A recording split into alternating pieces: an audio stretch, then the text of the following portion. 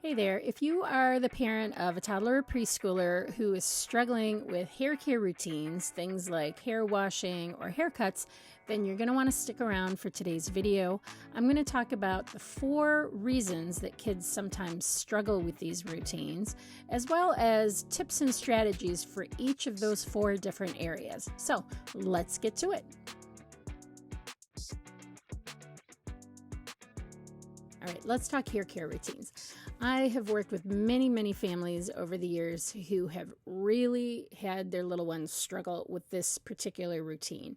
And in my experience, there are usually 4 reasons that little ones struggle with hair care routines in particular. One of those is that they are a sensory seeker.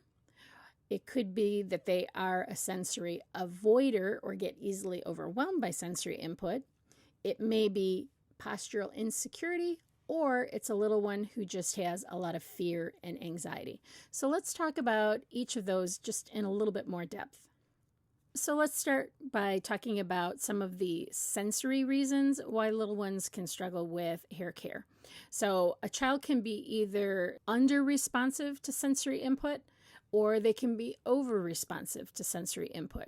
So for those kids who are under sensitive to sensory input, that's a lot of S's in sensory, those tend to be our sensory seekers. So those are the little ones who are busy, constantly in motion. They don't sit still for more than 2 seconds, which can make hair care things like brushing hair, fixing hairs, washing hair in the bathtub, or sitting in a chair or sitting still for a haircut really challenging, because their little brain is just saying, don't go, you need to move. And as we try to restrain them somewhat to try to keep them sitting for a little bit, they tend to really get frustrated by that. So those under responsive kids are seeking more information from the environment, and they're super busy as a result.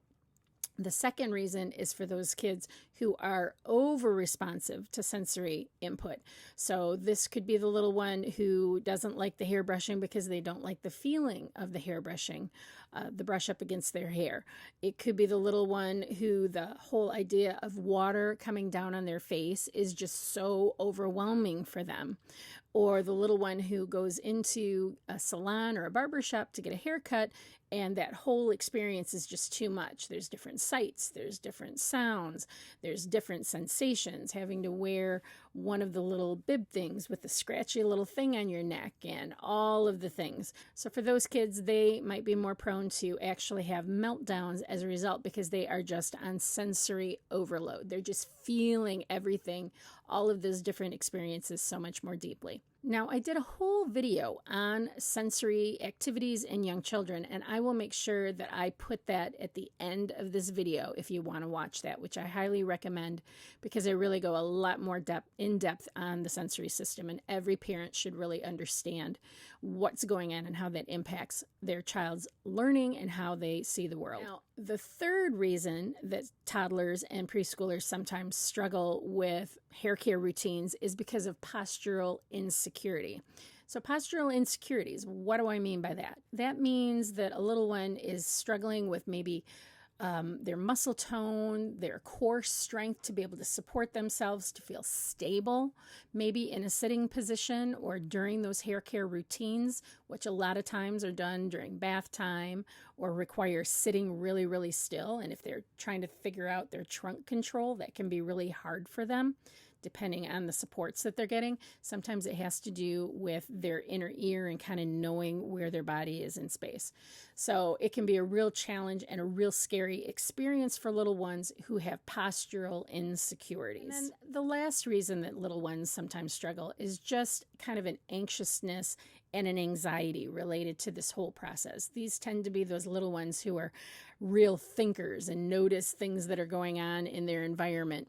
They're already 3 steps ahead, wondering what's going to happen next. And as a result, they tend to feel a little bit more anxious and need more reassurance during these kinds of processes. Now that we know the 4 different reasons that little ones, in my experience, typically struggle with this particular daily routine, let's go on and talk about some specific strategies for each.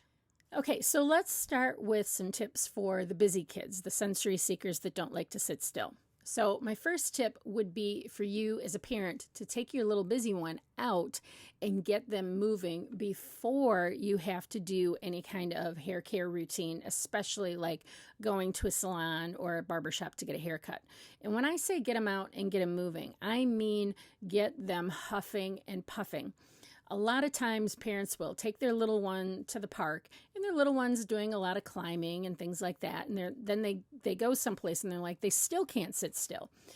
What I always want to impress upon parents is that it's about the intensity. They need to be doing heavy work. Young kids are busy and in motion a lot. I mean, I know I go on home visits a lot of times and I'm looking at these kids thinking, boy, they should be exhausted. But I also recognize that even though they're in motion, they're not getting the intensity, that huffing and puffing. So taking your little one and having them jump as much as they can. I like to try to count. Come on, let's go. Higher, higher, higher. 1, 2, 3, 4. Let's get to 100. Keep them going. They love it because we're finally giving them permission to jump. But in the meantime, we're trying to get input into all of those different joints, the ankle, the knees, and the hips. So really get them huffing and puffing. Give them heavy work. And again, I talk more about this in my sensory video, and I also have a sensory ebook for parents, and I'll put the link for that below with more ideas and tips and strategies to how to meet the needs of those sensory seeking kids. So before you're going to go anywhere, or before you're going to get in the tub, or you're going to have to do any kind of fixing of a hair for maybe a school picture, get them huffing and puffing, give them some motion, because it sends that calm down chemical to the brain where the brain can finally say, okay, I'm good. I can sit still for a little bit. Okay, so the next tip would be to incorporate a weighted pad for their lap, or maybe have them hang on to a weighted stuffed animal. The weight gives that sensory input again to the muscles in the body, and when they have that pressure on them, it can sometimes help some kids sit still and not feel like they need to be seeking out input.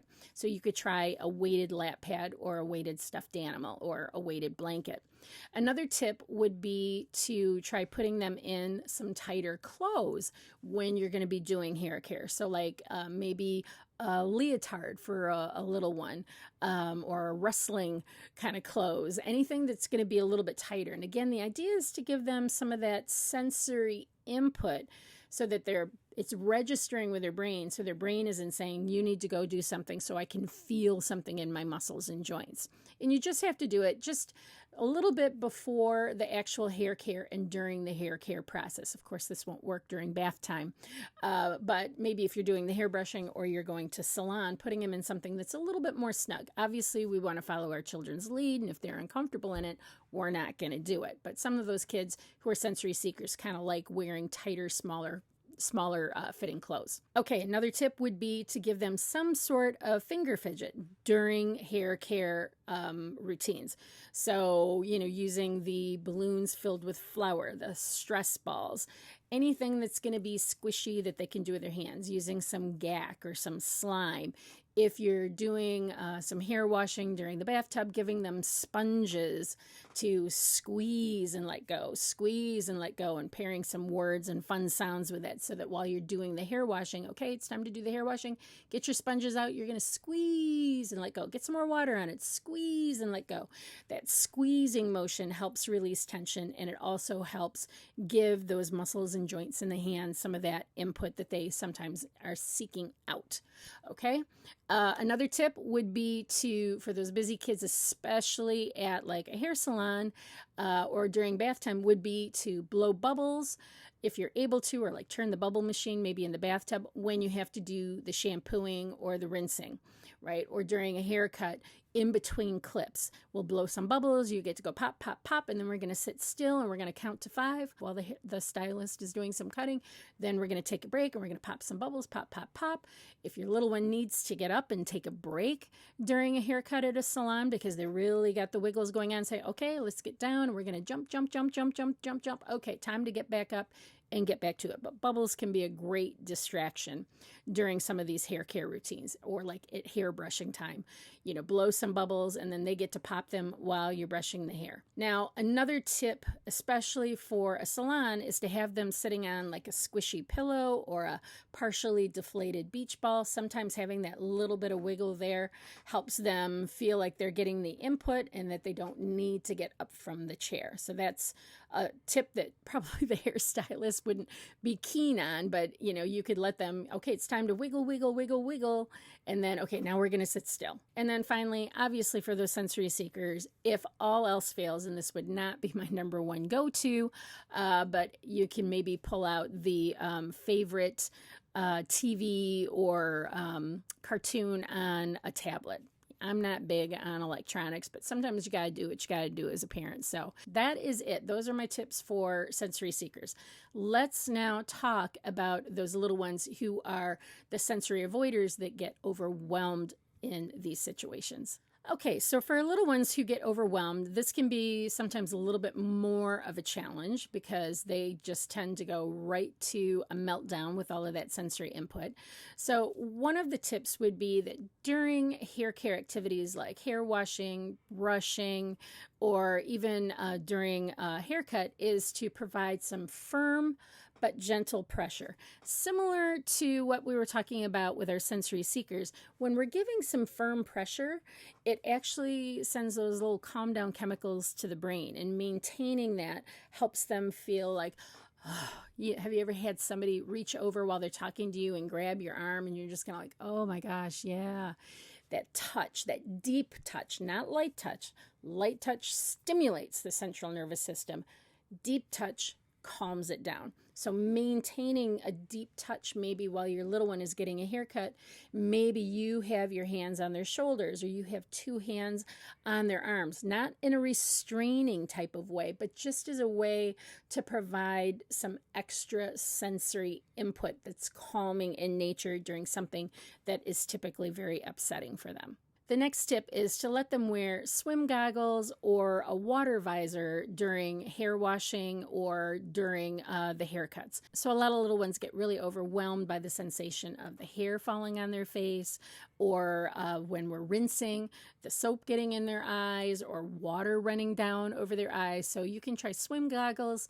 You can try the visor. We used to have our kids put a washcloth over their eyes and they could hold it there while we were doing it as we tried to tip their head back.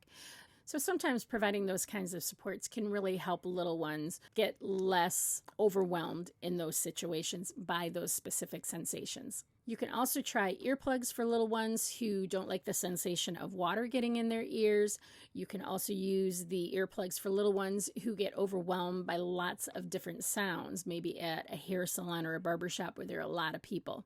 So that is another strategy that you can try that helps them experience less of that input during a stressful hair care routine. Another tip would be to incorporate like head massages into other parts of your daily routine outside of hair care, just so they get used to that sensation of that kind of touch. And finally, have your little one wear a headband or maybe a snug hat prior to hair care routines like hair brushing, hair preparation, haircuts, and hair washing. That extra input can already kind of send the calm down chemicals to that part of the skull. So when you're actually going in and doing that activity, it's not quite as overwhelming for your little one.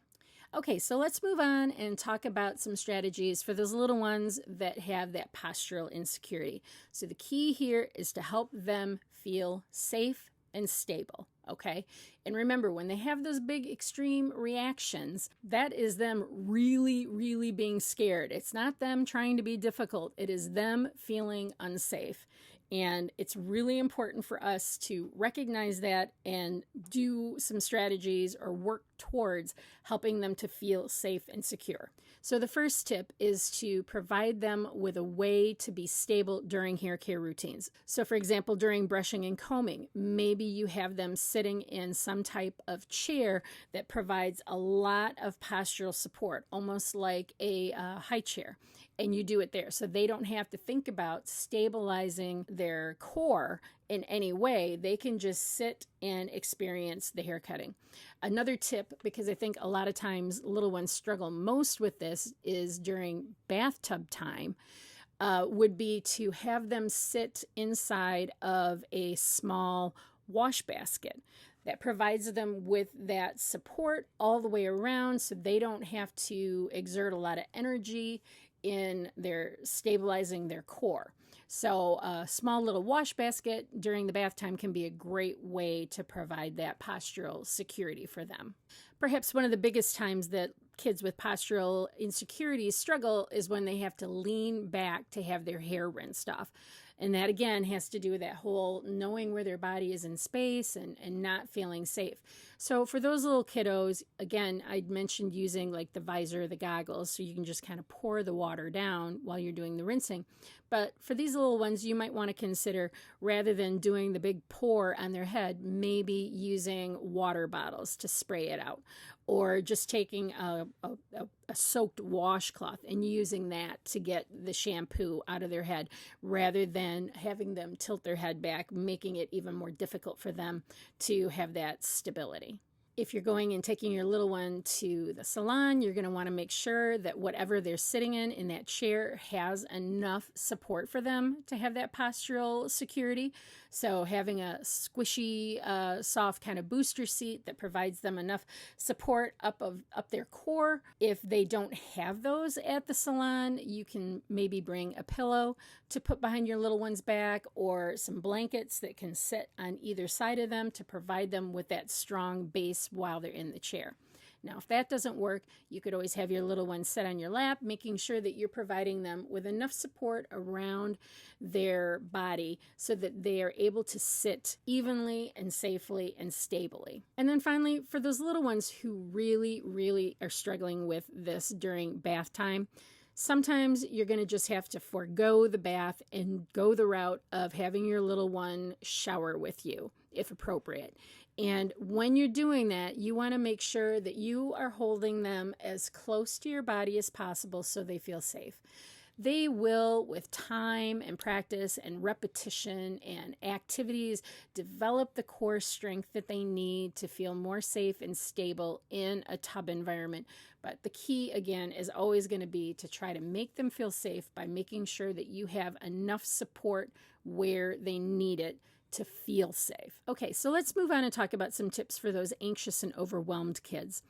So for those kids who are a little bit more anxious about routines, and we know it's not postural insecurity, it's not that they're overwhelmed by the sensory input, and we know that they're not sensory seekers, they're just kind of scared and worried about the process.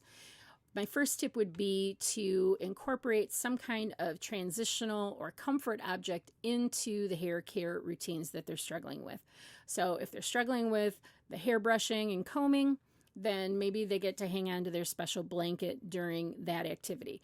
If they're struggling during bath time and hair washing, maybe you identify a specific bath toy that they can hang on to during that particular activity, or a stuffed animal that they can take to the salon with them. Anything that they've already got an attachment to, that they enjoy holding on to, that maybe has a sensory component, maybe it's weighted or it's got some squishiness to it, so that they can feel calm and use that transitional object to feel more at ease during those routines. The next tip would be, surprise, surprise, if you've watched any of my videos, would be to provide lots of choices during those routines for these kiddos. So, for example, during bath time and when hair washing is coming up and your little one doesn't like it or is scared by it, to be able to say to them, do you want to wash your hair first, or do you want to wash your body first, so they have some control? Do you want to use a washcloth, or do you want to put on the goggles? Do you want to tip your head back, or do you want to tip your head down? So giving them some control during that process can really alleviate a lot of the stress and anxiety for them. So my next tip would be to provide a narrative during those hair care routines. So for example, we're going to go in the bathroom, we're going to brush your teeth, and then we're going to do your hair. So we're going to pick which brush you want to use. You get to pick out what color ponytail holder you want, and then you can decide whether you want to do this side of your head or that side of your head. And then we're going to brush it. We're going to count to 5. And once we're done counting to 5, we're going to be all done. And then we're going to come in and read a story. So providing that narrative so they know exactly what's going to happen, trying to keep it somewhat similar from day to day, so that they can feel a sense of calm knowing that this routine is going to be the same every single time. And speaking of counting, I'm a big fan of saving hair washing for last, unless your child chooses to do it first and get it over with. But I'm a big fan of counting backwards during the hair washing. Right? So we start with the legs and the body and do all that kind of stuff. And when we get to the hair washing, we're going to say, okay, it's time to wash our hair. Are you ready? And then we make it super, super fast. 10, 9, 8, 7, and we're doing it all and rinsing it all. Counting backwards enables them to realize this thing is going to have an end. When we count forward, we can go from 10 to decide maybe we're going to count to 20, or maybe we want to count to 50. But when we start at 10 or 20, whatever number you want to start at, and go backwards, once we get to 1, then we are all done, no matter what. We're not going to go into negative numbers. Because they don't have much of a sense of time when they're little, counting backwards helps them to learn to anticipate that the end is near, which can reduce anxiety for them. Okay, before I forget, if you're finding this information helpful, make sure that you give the like button a boop and subscribe to my channel, and I will get notifications to you every week when I post a new video. I appreciate it because it helps me get my information out in front of other parents that are looking for support. Okay, let's get back to this. I want to end with some proactive tips. I'm always a firm believer of doing things in a way that are going to make things easier down the road. So here are some proactive tips that you can do for your littles who are struggling with hair care routines. The first would be to introduce the idea of hair cutting and washing through the use of visual picture schedules or through homemade books that show kind of the before, the during, and the after. And I do have a video on visual picture schedules. I'll put the link to that below if you want to check that out. But when we use visual picture schedules that are like, we're going to have dinner, and then after dinner, we're going to go get our haircut, and then we're going to go to the park, it really helps little ones understand what to expect and what's coming next. I know we're telling them these things and using our words, but they kind of sometimes go in one ear and out the other. But when we pair those words with a visual, the more sensory inputs that are involved during an activity, the more the learning takes place. Now, you can even create a visual picture schedule specific to that hair care routine, right? So it's going to be like, we're going to pick a brush, and then we're going to brush our hair, and then we're going to spray some water on our hair, and then we're going to put it in a ponytail holder, whatever different components are involved in that particular hair care routine, whether it's brushing or shampooing or going to the hair salon. So break it down into individual pictures and then go over these things outside of that routine in preparation of that routine. Again, helps them to have a better understanding of what all the different steps are, and make sure that as a part of that schedule, you have something super fun after it's all done. Like, we're going to go read a book, or we're going to go outside and play, or we're going to stop and see grandma. Put something fun in there, because then it allows them to have something to look forward to after this routine that they sometimes feel is overwhelming. So you can use it as a chart, or you could do it as a picture book. I'm a big fan of just using the cheapo dollar store books and then putting the pictures in there. You can make a fun cover of it, you know, my hair cutting book, my bedtime routine, whatever you want to call it. So visual picture schedules or visual kind of storybooks of these different routines can make it a lot easier for little ones. Okay, the next tip is to do some role playing. Role play these hair care routines or a trip to the salon during play with your little one. So get the baby dolls out or the Barbie dolls out or the teddy bears out and talk about, ooh, I'm brushing his hair. I don't think he likes this brush. Do you think there's a different brush you might like? And letting your little one be a part of this, you know, the part of pretending to cut their hair, and all of the pretend play with our little ones during these kind of role-playing kind of activities helps them, again, feel a sense of control.